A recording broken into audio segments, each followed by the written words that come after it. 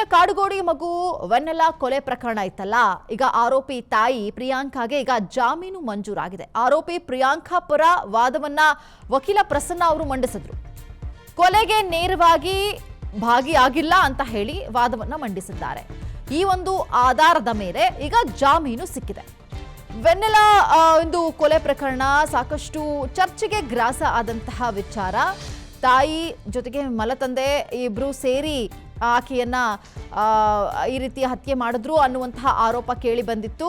ಆ ಸಂದರ್ಭದಲ್ಲಿ ಸಾಕಷ್ಟು ಚರ್ಚೆಗೂ ಕೂಡ ಗ್ರಾಸ ಆಗಿತ್ತು.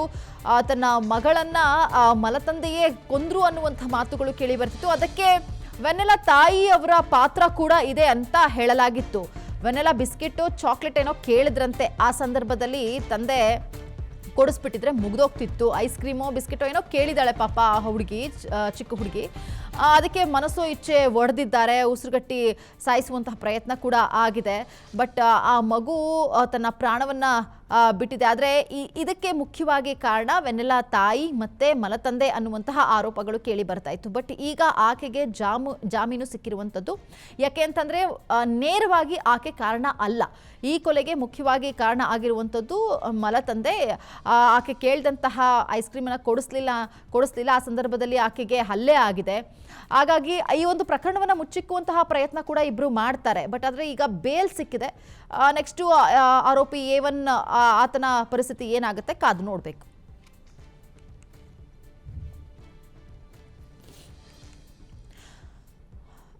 ಕಾಡುಗೋಡಿಯಲ್ಲಿ ಈ ಒಂದು ಪ್ರಕರಣ ದಾಖಲಾಗಿತ್ತು. ವೆನ್ನೆಲಾ ಪ್ರಕರಣ ಈ ಒಂದು ತಿಂಗಳ ಹಿಂದೆ ಸಾಕಷ್ಟು ಚರ್ಚೆಗೆ ಗ್ರಾಸ ಆದಂತಹ ವಿಚಾರ. ಆರೋಪಿ ಪ್ರಿಯಾಂಕಾ, ವೆನ್ನೆಲಾ ತಾಯಿ ಅವರ ಪರ ವಾದವನ್ನ ವಕೀಲ ಪ್ರಸನ್ನ ಅವರು ಇವತ್ತು ಮಂಡಿಸಿದ್ರು. ಏನಂತ ಅವ್ರು ಹೇಳಿರೋದು ಅಂದ್ರೆ, ನೇರವಾಗಿ ಈಕೆ ಕಾರಣ ಆಗಿಲ್ಲ, ಆ ಮಗುವಿನ ಸಾವಿಗೆ ತಾಯಿ ಕಾರಣ ಅಲ್ಲ, ನೇರವಾಗಿ ಕಾರಣ ಆಗಿಲ್ಲ. ಹಾಗಾಗಿ ಸದ್ಯಕ್ಕೆ ಬೇಲನ್ನ ಕೊಡಬೇಕು ಅನ್ನುವಂತಹ ವಾದವನ್ನ ಮಂಡಿಸಿದ್ದಾರೆ. ಸೊ ಹಾಗಾಗಿ ಸದ್ಯದ ಮಟ್ಟಿಗೆ ಈಗ ಬೇಲ್ ಸ್ಯಾಂಕ್ಷನ್ ಆಗಿದೆ.